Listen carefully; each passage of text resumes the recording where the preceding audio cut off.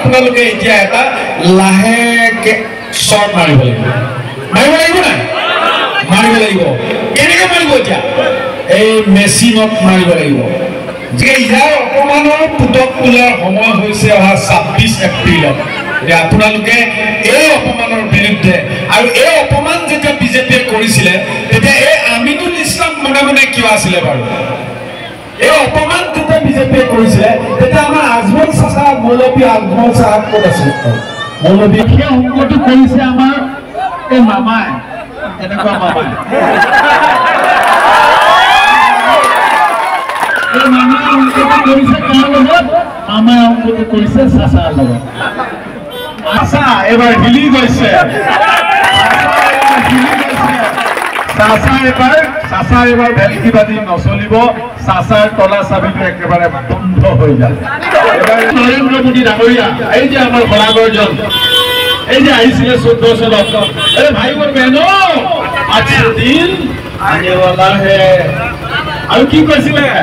भाई और बहनों महंगाई को खत्म होने वाला है আৰু যে কত কি ধুনিয়া ধুনিয়া লেকচাৰ দিছিলে কিমান সপোন বেছিলে ভৰাগৰজনে কেতিয়াবা কয় मैं चाय वाले का आदमी हूँ केतिबा कय मैं गरीबों का बेटा हूँ केतिबा कय अरे मैं ठकीर आदमी हूँ अरे ठकीर आदमी যদি তুমি 36,000 কোটি টাকা বিমানত কিয় ঘুৰিব লাগে ठकीर आदमी যদি তুমি 5 লাখ টাকা ব্ৰেকফাষ্ট কিয় খাব লাগে ठकीर आदमी যদি তুমি 15 লাখ টাকা সুদ কিয় পিন্ধিব লাগে দেখখন যদি গৰীব তেওঁ কৈছে মই 80 কোটি জনতাক দৰিদ্ৰতাৰ পৰা মুক্ত কৰিছো তাৰমানে তোমাৰ দেশত 10 বছৰ শাসন কৰাৰ পিছতো 80 কোটি মানুহ যদি দৰিদ্ৰ হৈ আছে তেতিয়াহ'লে তুমি কি ঘোঁৰা গাছ কাটি থাকিলা 10 বছৰ কি কৰিবা মাত্ৰ অকমান ভোট পাইছে নি বাৰু মাত্ৰ অলপ সৰু হৈ গৈছে নি বাৰু নাই শুনা পাইছে সৰু হৈছে ন কেলে সৰু হৈছে জানেনে আজি ৰাতিপুৱাৰ পৰা এই দুজনীয়ে মোক একো খাবলৈ দিয়া নাই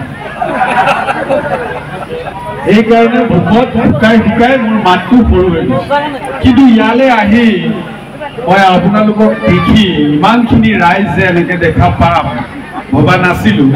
আপোনালোকক দেখি মোৰ পেটৰ ভোকটো এতিয়া নাইকিয়া হয় এতিয়া মই ডাঙৰকে মাতিম কিন্তু হ'বনে এতিয়া মই ডাঙৰকে মাতিম মাত ওলাইছে না মই উজনিৰ পৰা আহিছো একেবাৰে উজনিৰ পৰা শিৱসাগৰৰ পৰা আহিছো অখিল গগৈ ডাঙৰীয়াৰ লগত যোৱা সপ্তাহত মিটিং কৰি আছিলো লুৰিণজ্যোতি গগৈ ডাঙৰীয়াৰ লগত মিটিং কৰি আছিলো গৌৰৱ গগৈ ডাঙৰীয়াৰ লগত সভা কৰি আছিলো আৰু কালি পৰহিৰ পৰা আহি নগাঁৱৰ চুকে কোণে এই বহুতৰ লগত আমাৰ প্ৰদ্যুৎ বৰদলৈ ডাঙৰীয়াৰ হৈ ৰাইজে ওচৰত এতিয়া কথাটো হ'ল যে লোকসভা নিৰ্বাচনত ইতিমধ্যে উজনিত আমাক ৰাইজে ৰায় দিয়ে দিলে কি হিন্দু কি মুছলমান কি খ্ৰীষ্টান কি বৌদ্ধ জৈন সকলোৱে আমাৰ ইতিপূৰ্বত লুৰিণজ্যোতি গগৈ জিকিব আৰু যোৰহাট লোকসভাত গৌৰৱ গগৈ ডাঙৰীয়া বিপুল ভোটত জিকিব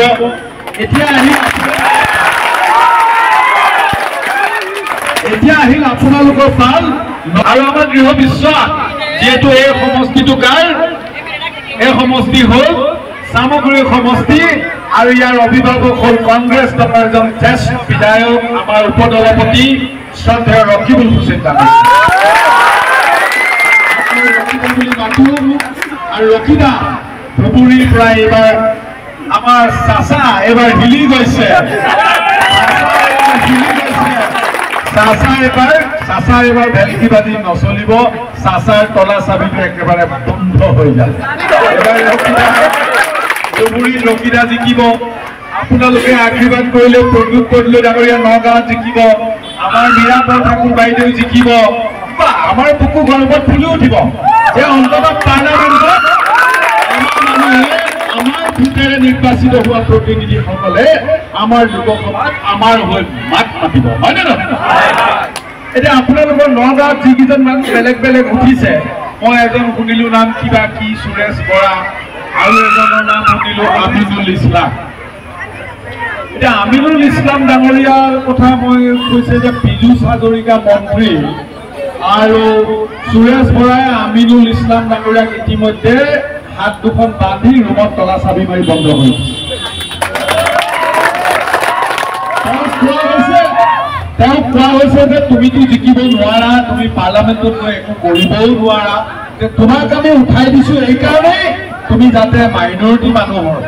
আমাৰ ইছলাম লোকসকলৰ এটা গ্ৰুপ এটা সেকশন তুমি কাটি আনিয়া যাতে বিজেপি জিকাত সহায় হয় আৰু সেই অংকটো কৰিছে আমাৰ এই মামাই এনেকুৱা মামাই এই মামাই অংকটো কৰিছে কাৰ লগত মামাই অংকটো কৰিছে চাচাৰ লগত আৰু মামাৰ এজন চেলা আছে এই চেলাই অংকটো কৰিছে সুৰেশ বৰাৰ লগত যে বৰা ডাঙৰীয়া গতিকে আমিনুল ইছলাম ডাঙৰীয়াক উঠাই দিছো মাইনৰিটি ভোটটো ফালি দিম কংগ্ৰেছৰ পৰা গতিকে আপুনি জয়লাভ কৰিছে মই ধৰি ললো যে সুৰেশ বৰা ডাঙৰীয়া পাৰ্লামেণ্টলৈ গুচি গ'ল আপোনালোকৰ সাংসদ হৈ সুৰেশ বৰা ডাঙৰীয়া পাৰ্লামেণ্টত গৈ কি কৰিব কাকা আপুনি কওকচোন মোৰ মতে মই যিটো ভাবিছো তেওঁ পাৰ্লামেণ্টলৈ সোমোৱা দৰ্জাখন বিচাৰি ফুৰোতে 2 বছৰ যাব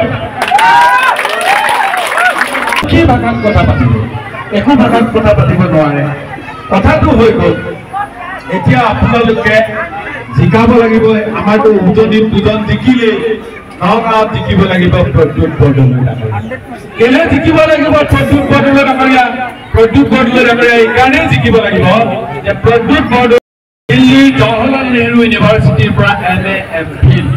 প্ৰদ্যুৎ বৰদলৈ ডাঙৰীয়াই কটন কলেজৰ জেনেৰেল সেক্ৰেটাৰী আছিলে কটন কলেজৰ পৰা ডিগ্ৰী পাছ কৰা মাৰ্গাৰেটা পাব্লিক হায়াৰ ছেকেণ্ডাৰী স্কুলৰ পৰা তেওঁ 1979 চনত 1979ত তেওঁ মেট্ৰিকত ষ্টাৰ লৈ মেট্ৰিক পাৰদৰ্শী আৰু অতি বিজ্ঞ এজন লোক তৰুণ গগৈ ডাঙৰীয়াৰ মন্ত্ৰীসভাত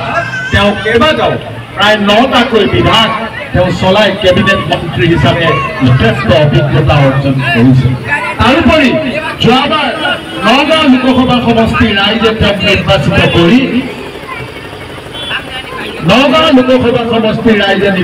কৰি তেওঁক দিল্লীলৈ পঠালে আৰু আপোনালোকে জানে যে এই কম সময়ৰ ভিতৰত এই যে সংসদৰ 5 বছৰীয়া কাৰ্যকালত এই নৰেন্দ্ৰ মোদী ডাঙৰীয়া এই যে আমাৰ সৰাগৰজন এই যে আহিছিলে 14 চনত अरे भाई और बहनों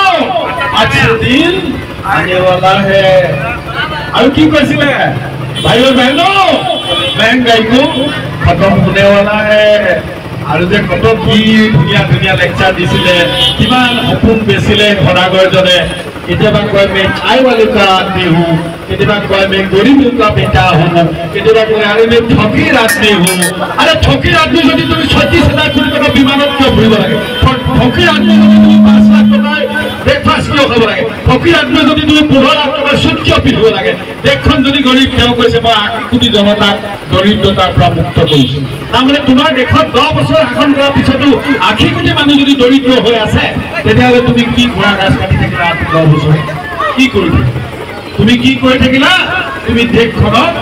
হিন্দু মুছলমান অমুক তমুক এইবোৰ কথা কৈ মানুহৰ মাজত তুমি বিভাজন আনিলা তুমি এইবোৰ কৰিলা আৰু যোৱা 5টা বছৰত তুমি দেখখন বিক্ৰী কৰিলা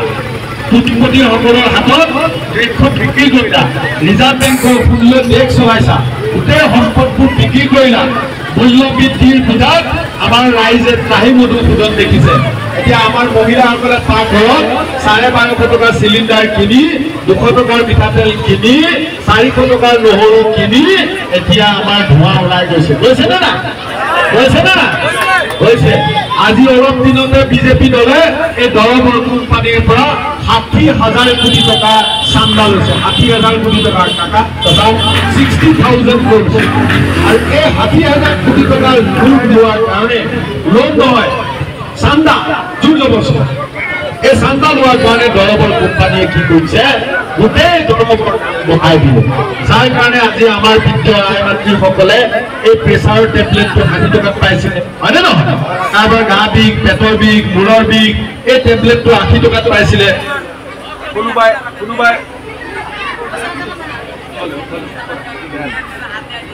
80 টকাত পাইছিলে 100 টকাৰ তলত পাইছিলে আজিকালি এতিয়া ইমানে দাম হল যে আমাৰ সাধাৰণ মানুহে জীবন জীয়াই থকাৰ এটা ডাঙৰ সমস্যালৈ ৰূপান্তৰ হৈছে এই চৰকাৰক আমি উচিত শিক্ষা দিয়াৰ সময় আহি পৰিছে এই 26 তাৰিখে আৰু প্ৰদ্যুৎ বৰদলৈ ডাঙৰীয়াই যদি দিল্লীলৈ যায়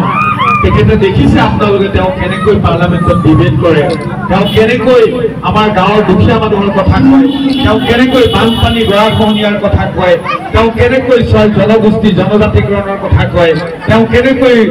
গ্ল'বেল ৱাৰ্মিং যিটো আমি কওঁ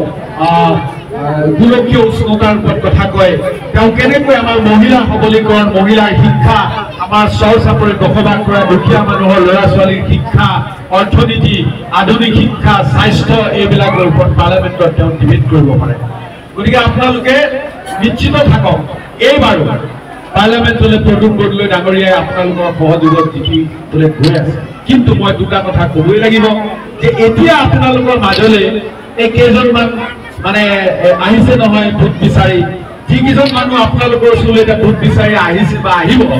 সেইকেইজন মানুহৰ এজন অলপ মূৰ ডাঙৰ মানুহ আছে, জাগিৰোডৰ মানুহ আছে, আমাৰ মামাৰ সেনাপতি এনেকে যে থাকে, মামাৰ মেইন সেনাপতিজন জানে নহয়, তেওঁ কি কৈছিলে, আমাৰ এইখন অসমত আমাৰ হিন্দু মুছলিমৰ সম্প্ৰীতি মহাপুৰুষ শ্ৰীমন্ত শংকৰদেৱে এইখন নগাঁৱত দেখুৱাই থৈ গৈছে, কৈছে নে নাই? কৈছে। তাতকৈ আগত আমাৰ আহোম স্বৰ্গদেউসকলে আপোনালোকৰ গুৰু বাগবাদৰ পৰা অহা আগন্তুক দিশৰ মুখত ঈদ দৰগাহ পাতি দি আমাৰ অসমীয়া ভাষাত জিকিৰ জাৰি ৰচনা কৰিবলৈ দি হিন্দু মুছলমানৰ সম্প্ৰীতি দেখাই থৈ গৈছে। তেওঁ কৈছে যে হিন্দুকে মোৰ মনত ভেদভাৱ নাই, অ আল্লাহ মোৰ মনত ভেদভাৱ নাই, হিন্দু কি মুছলমান একে আল্লাহ ফৰমান, মোৰ মনত ভেদভাৱ নাই, হয় নে নহয়? কিন্তু এই আমাৰ সম্প্ৰীতিক কুঠাৰঘাত কৰিছে কোনে? এই সম্প্ৰীতিক কুঠাৰঘাত কৰিছে বিজেপি সকলে। কেনেকৈ? এই বিজেপিৰ মন্ত্ৰী পীযুষ হাজৰিকা ডাঙৰীয়াই আজি কিছুদিনৰ আগতে আপোনালোকৰ মাই মাতৃসকলক উদ্দেশ্যে অতি আপত্তিজনক আৰু অতি দুৰ্ভাগ্যজনক মন্তব্য কৰিছে। তেওঁ কৈছে যে মুছলমানৰ তিৰোতাসকল সন্তান জন্ম দিয়া একোটা মেচিন বুলি কৈছে। তেওঁ কৈছে যে বিজেপিক চাচা মামাৰ ভোট নালাগে। তেওঁলোকে কৈছে যে যদি অসমত যিমানবোৰ বেয়া মানুহ আছে, চোৰ ডকাইত ধৰ্ষণকাৰী, ইয়াৰ 90% মুছলমান মানুহ বুলি কৈছে। এই কথা আপোনালোকৰ মনত আছেনে? আছেনে? চাওকচোন, এটা সম্প্ৰদায়ক, এটা ধৰ্মাৱলম্বী মানুহক এজন মন্ত্ৰীয়ে ৰাজহুৱাভাৱে তেনেকৈ অপমান কৰাটো উচিত নে? কেতিয়াও উচিত নহয়। দুখী মানুহ, বেয়া মানুহ চব ধৰ্মত থাকিব পাৰে, চব সম্প্ৰদায়ত থাকিব পাৰে, চব জাত পাতত থাকিব পাৰে, হয়নে নহয়? কিন্তু কেৱল মুছলমানক ধৰ্ষণকাৰী বুলি কোৱা, কেৱল মুছলমান মানুহক মহিলাক অপমান কৰা সেইসকলে এতিয়া নিৰ্বাচনৰ সময়ত এই ভুৱা ফৰ্ম বিলাই আপোনালোকৰ দুখত চকু, ঘৰিয়ালৰ চকু পানী টুকি টুকি ভোট বিচাৰি আহিছে। এতিয়া এইসকলক আপোনালোকে এতিয়া এটা লাহেকে শ্বট মাৰিব লাগিব। মাৰিব লাগিব নাই? মাৰিব লাগিব। কেনেকৈ মাৰিব? এতিয়া এই মেচিনত মাৰিব লাগিব। যে যি বিজেপিয়ে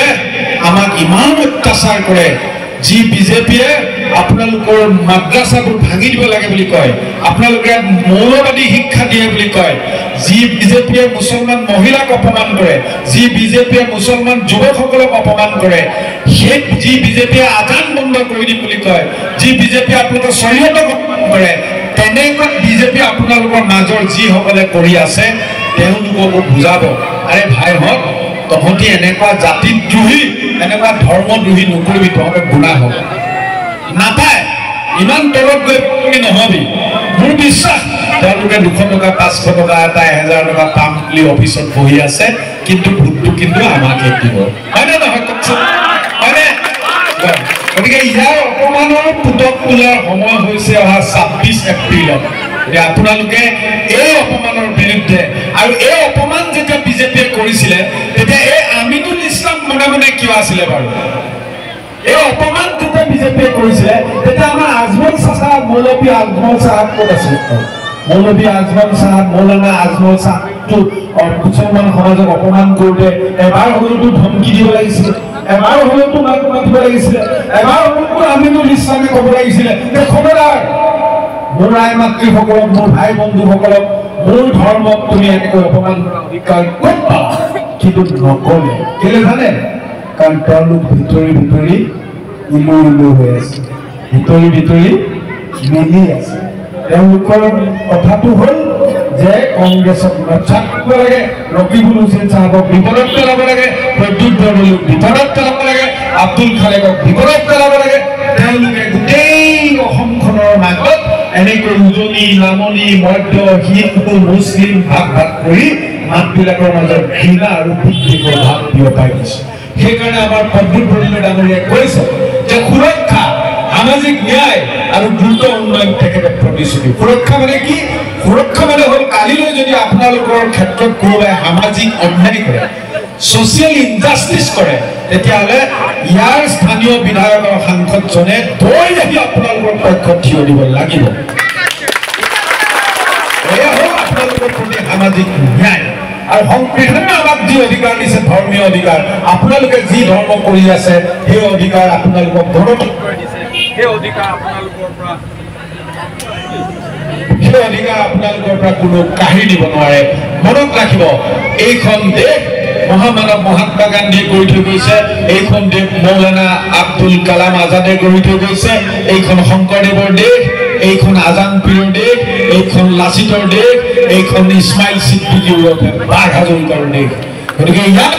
কেৱল হিন্দুৰ অধিকাৰ নাই, ইয়াত হিন্দু, মুছলমান, শিখ, জৈন, বুদ্ধ সকলোৰে সমান অধিকাৰ আছে। আৰু আমি একে আল্লাৰ,